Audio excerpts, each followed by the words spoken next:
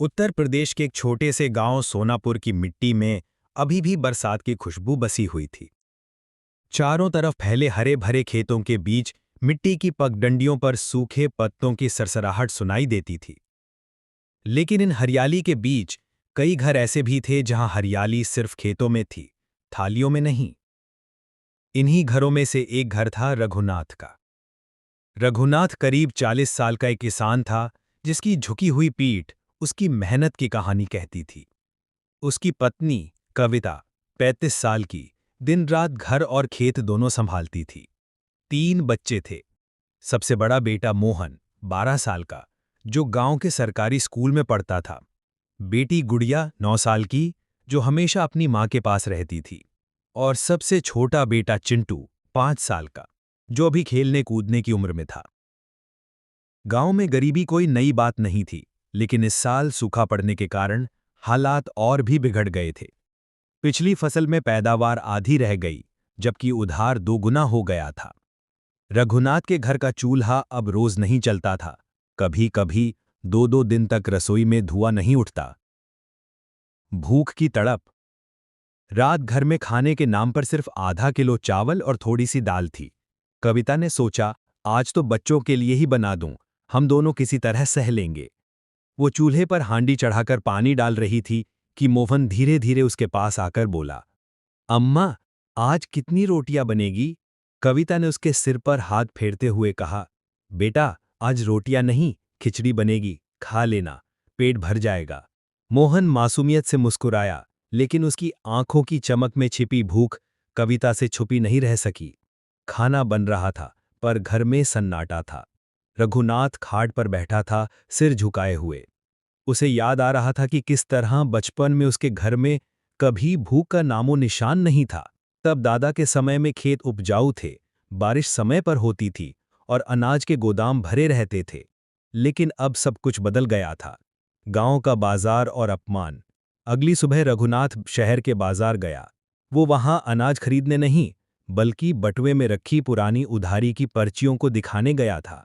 दुकानदार श्यामलाल के सामने हाथ जोड़कर बोला, भैया, घर में बच्चे भूखे हैं, थोड़ा चावल थोड़ा आटा उधार दे दो, अगली फसल पर सब चुका दूंगा। श्यामलाल ने तिरस्कार भरी नजर से उसे देखा और बोला, रघुनाथ, तेरी उधारी तो अब 100 रुपए नहीं, पूरे 3,000 हो चुकी है। हर बार यही कहता है, अगली फसल पर चुका दूंगा। अब नहीं होगा, बिना पैसे के अनाज नहीं मिलेगा। रघुनाथ की आंखें भर आईं। भीड़ के बीच खड़ा होना उसे किसी सजा से कम नहीं लग रहा था। उसके आसपास खड़े लोग सब सुन रहे थे।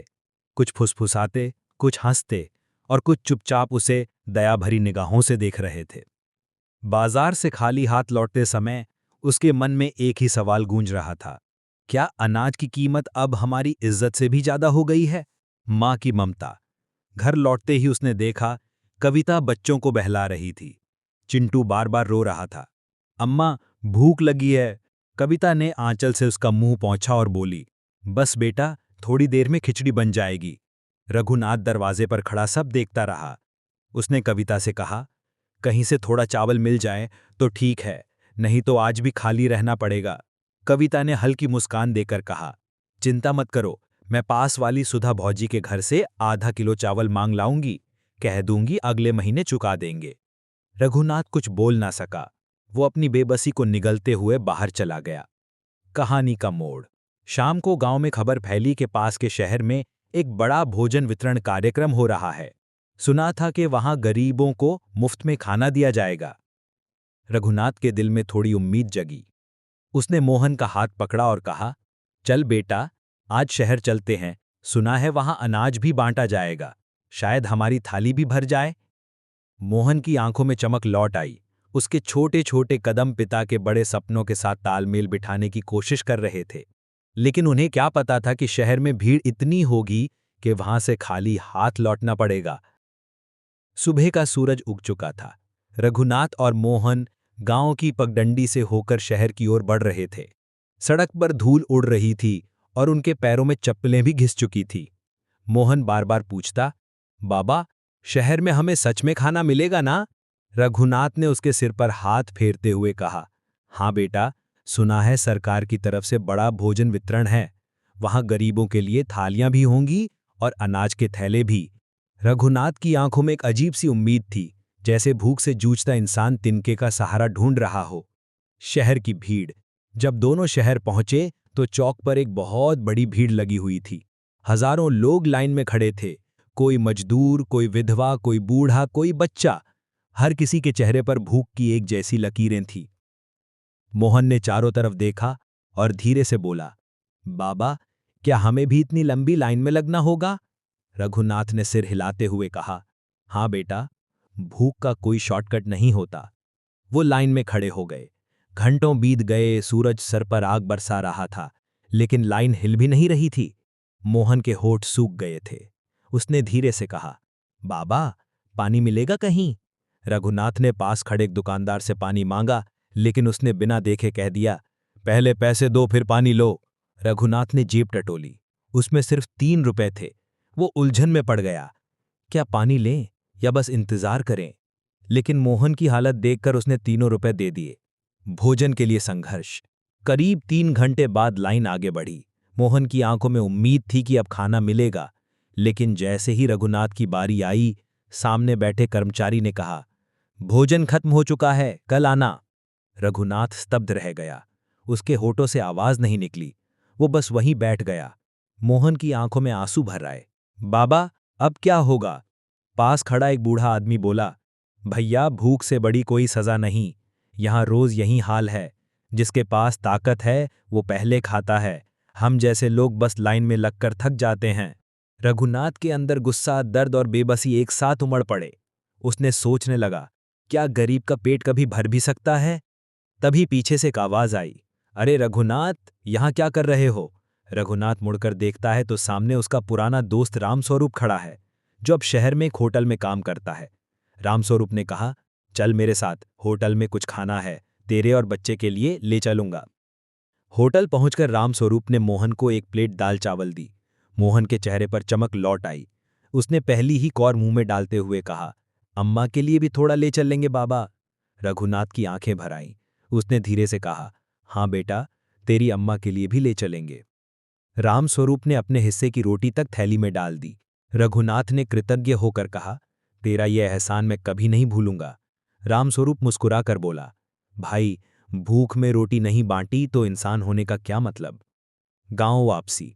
घर लौटते समय मोहन के हाथ में थैली थी। उसमें 3 रोटियां और थोड़ी सी दाल थी।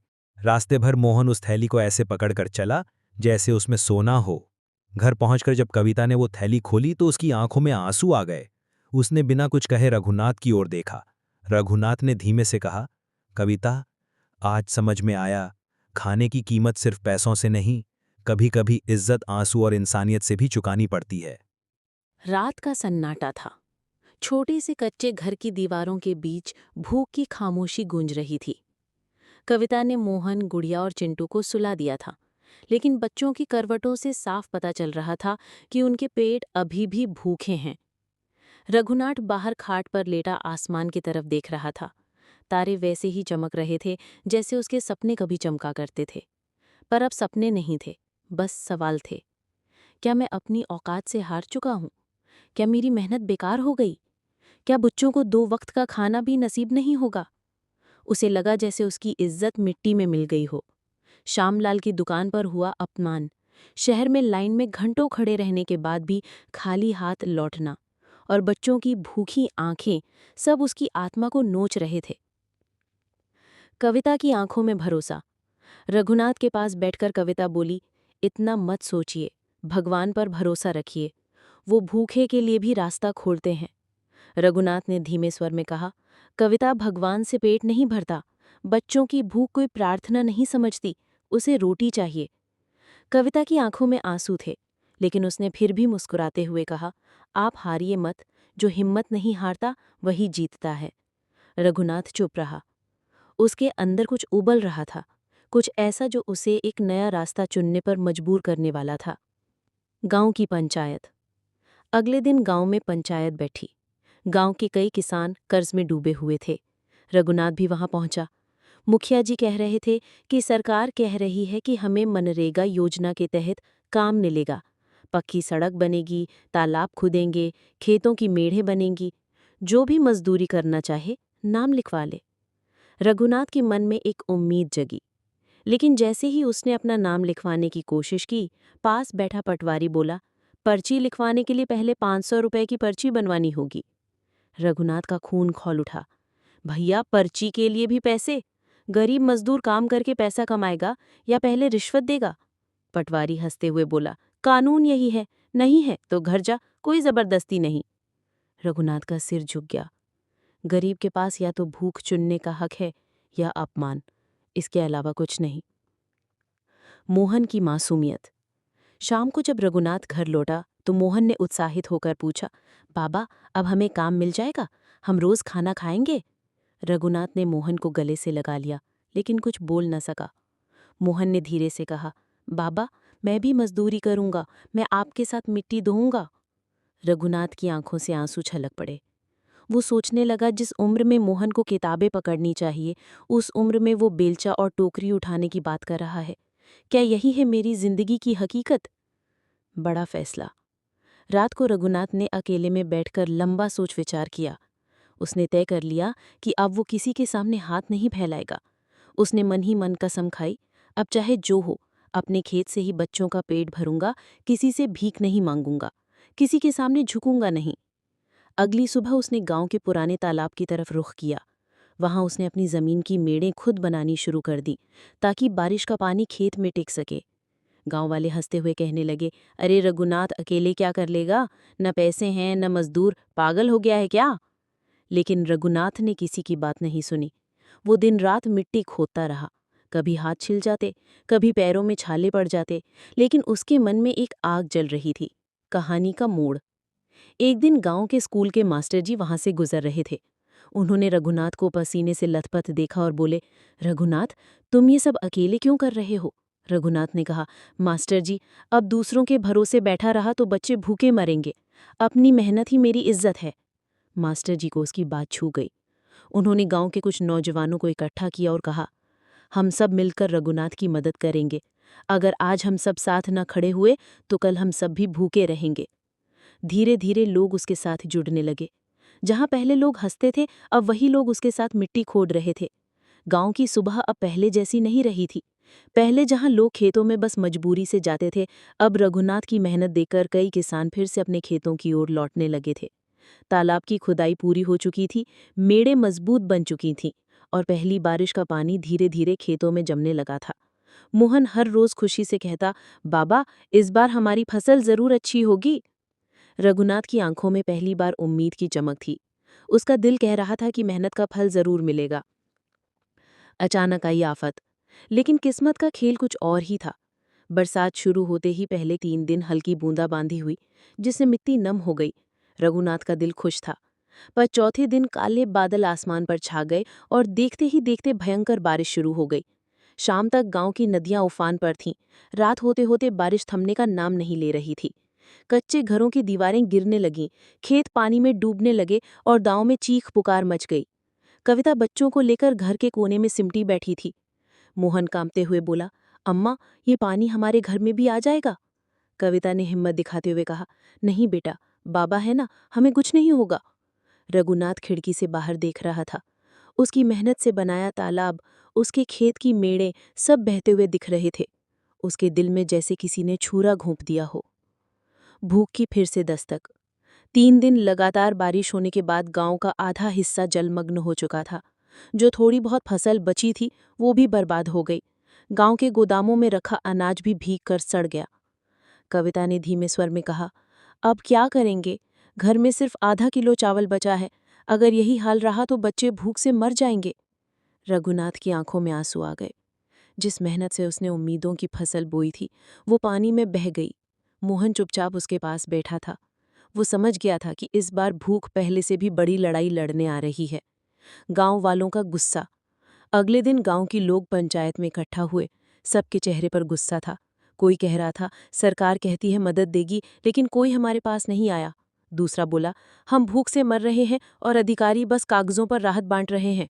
रघुनाथ ने आगे बढ़कर कहा, अगर हम किसी के भरोसे बैठे रहे तो हम सब भूखे मर जाएंगे। हमें खुद खुद करना होगा। एक बुजुर्ग किसान ने कड़वाहट से कहा, रघुनाथ, तूने हमें मेहनत का रास्ता दिखाया, पर देख, बारिश ने सब डुबो दिया। अब क्या बचेगा? रघुनाथ ने दृढ़ स्वर में कहा, बचेगा। हमारी मेहनत बचेगी, हमारे बच्चों की भूख बचेगी। अगर हम हार मान गए तो आने वाली पीढ़ियां भी भूखी रहेंगी। इस बार खेतों में फिर से बीज डालेंगे। गांव के कई नौजवानों की आंखों में फिर से उम्मीद की लौ जल उठी। असली परीक्षा। बरसात के बाद कीचड़ में धंसे खेतों को फिर से जोतना आसान नहीं था। बीज खरीदने के लिए पैसे नहीं थे। रघुनाथ ने अपनी एकमात्र पुरानी बैलगाड़ी बेची और उससे मिले पैसों से गेहूं और धान के बीज खरीदे। कविता ने जब सुना कि बैलगाड़ी बिक गई, उसकी आंखों में आंसू आ गए। वो बोली, ये बैलगाड़ी ही तो हमारी पहचान थी, तुमने इसे बेच दिया। रघुनाथ ने शांत स्वर में कहा, पहचान से पहले पेट भरना जरूरी है कविता। अगर बच्चे भूखे रहेंगे तो बैलगाड़ी किस काम की? उस रात घर में चुप्पी थी, लेकिन उस चुप्पी के पीछे एक नई ताकत छिपी थी, रघुनाथ का संकल्प, जो अब टूटने वाला नहीं था। बरसात के बाद सूरज की किरणें फिर से गांव की पगडंडियों पर बिखरने लगी थीं। तालाब का पानी उतर चुका था, खेतों की मिट्टी अब धीरे धीरे सूख रही थी। गांव के लोग रघुनाथ की अगुवाई में फिर से खेत जोतने लगे थे। हर किसी की आंखों में एक ही सपना था, इस बार फसल अच्छी होगी तो भूख का नामो निशान मिट जाएगा। मोहन, गुड़िया और चिंटू भी खेतों के किनारे खेलते हुए अपने बाबा को देखते रहते। मोहन ने उत्साहित होकर कहा, बाबा, इस बार तो हम खूब सारा चावल खाएंगे ना? रघुनाथ मुस्कुराकर बोला, हाँ बेटा, इस बार हमारी थाली कभी खाली नहीं रहेगी। लेकिन रघुनाथ को नहीं पता था कि उसकी इस उम्मीद पर लालच की काली परछाई मंडरा रही थी। गांव में नई मुसीबत। एक दिन गांव में अचानक एक खबर फैली कि पास के जमींदार ठाकुर प्रताप सिंह ने गांव की आधी जमीन अपने नाम कर ली है। लोगों में खलबली मच गई। रघुनाथ सीधा पंचायत भवन पहुंचा, जहां पटवारी और तहसीलदार बैठे थे। रघुनाथ गुस्से से बोला, ये जमीन हमारे बाप दादाओं की है, बिना हमारी इजाजत कोई कैसे इसे बेच सकता है? पटवारी मुस्कुराते हुए बोला, कागजात में तो ठाकुर साहब का नाम है, अगर तुम्हारे पास सबूत हैं तो कोर्ट जाओ। रघुनाथ के सीने में आग भड़क उठी। वो बोला, हमारे पास कोर्ट कचहरी के लिए पैसे नहीं है, लेकिन ये जमीन भी नहीं छोड़ेंगे। गांव के लोग भी उसके साथ हो गए। वो चिल्ला उठे, हम अपनी जमीन नहीं देंगे। ठाकुर प्रताप सिंह की चाल। ठाकुर प्रताप सिंह गांव का सबसे ताकतवर आदमी था। उसके पास पैसे भी थे और राजनीतिक पहुंच भी। उसे पता था कि अगर गांव वाले उसकी बात नहीं मानेंगे तो वो सरकारी मशीनरी का इस्तेमाल करके उन्हें झुका देगा।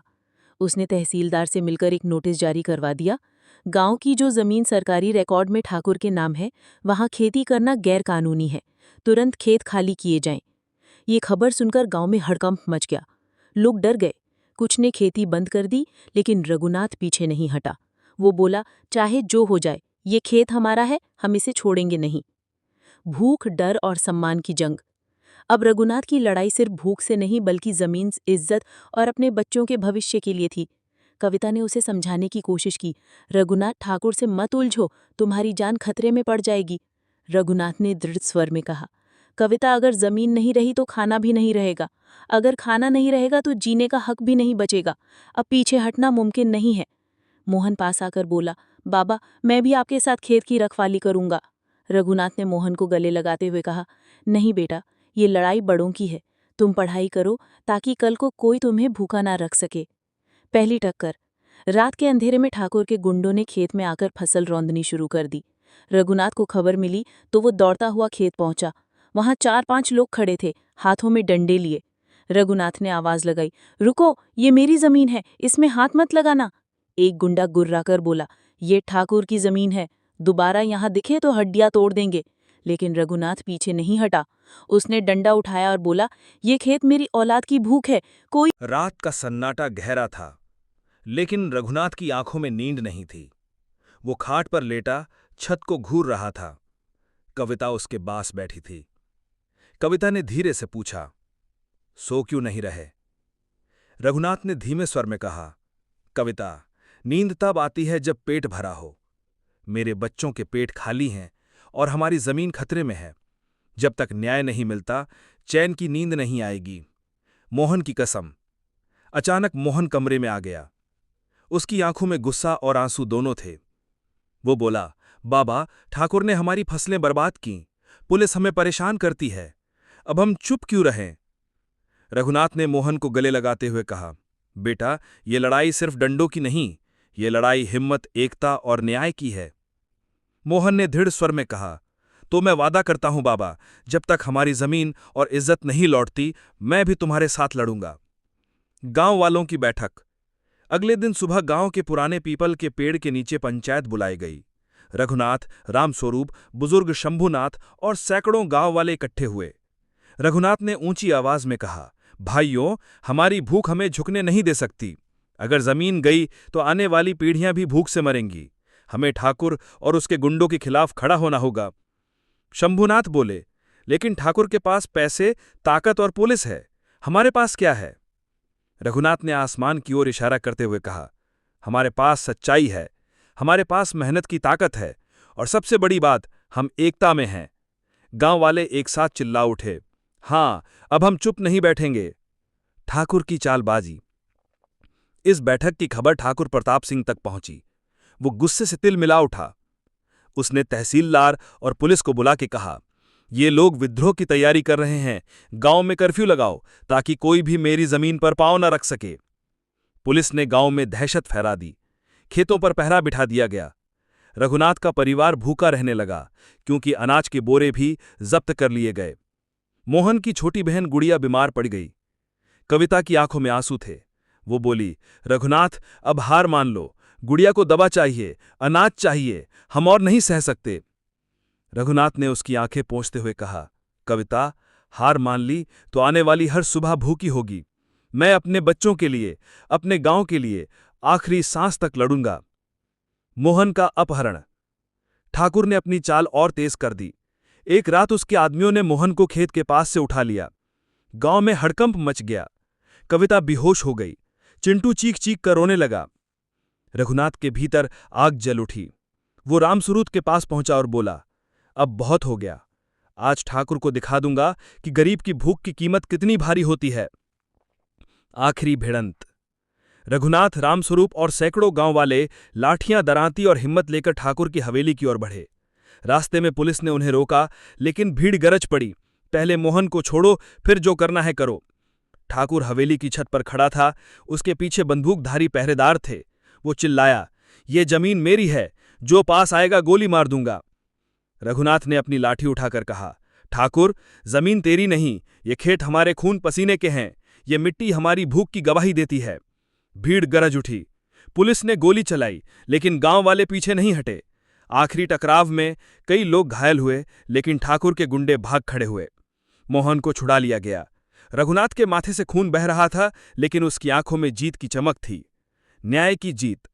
इस घटना की खबर शहर के बड़े अखबारों में छपी। सरकार को हस्तक्षेप करना पड़ा। जांच के बाद साबित हुआ कि जमीन पर ठाकुर का कब्जा गैर कानूनी था। सरकार ने आदेश जारी किया कि जमीन किसानों को लौटा दी जाए। गांव में पहली बार थाली में भरकर खाना परोसा गया। कविता की आंखों में आंसू थे। मोहन खुशी से चिल्लाया, बाबा, अब हमें भूखा नहीं रहना पड़ेगा। रघुनाथ मुस्कुराते हुए बोला, हां बेटा, अब हम अपनी मेहनत की कीमत समझ गए हैं। खाने की असली कीमत भूख नहीं, संघर्ष है। कहानी का अंत। गांव की गलियों में फिर से खुशियां लौट आईं, फसलें लहलहाने लगीं, लेकिन रघुनाथ की आंखों में हमेशा एक चमक रहती थी। वो चमक जो बताती थी कि भूख से बड़ी कोई ताकत नहीं और इज्जत से बड़ी कोई कीमत नहीं।